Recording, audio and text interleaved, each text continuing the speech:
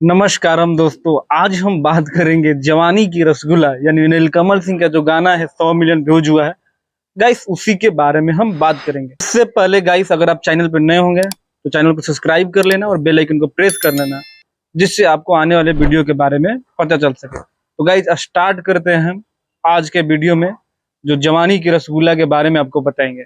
रसगुल्ला के साथ साथ इस गाने में आपको रसगुल्ला दिखाया भी जा रहा है, और जिस रसगुल्ला को आप देख रहे हैं उसके मालकिन का नाम है नम्रता माला। ये वही नम्रता माला है जो पवन सिंह के साथ लाल घाघरा के साथ मशहूर हुई थी, प्रसिद्ध हुई थी, जिनसे कि भोजपुरी में इनको अलग पहचान मिला था।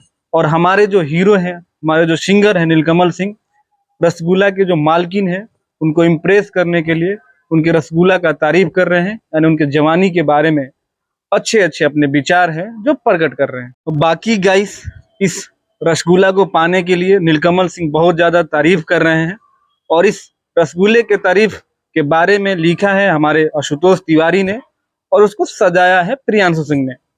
बाकी जो ये रसगुल्ला है, आप लोगों को कैसा लगा जरूर कमेंट करके बताना, और आप लोगों को भी क्या ऐसा रसगुल्ला चाहिए तो चैनल को जरूर सब्सक्राइब कर लेना।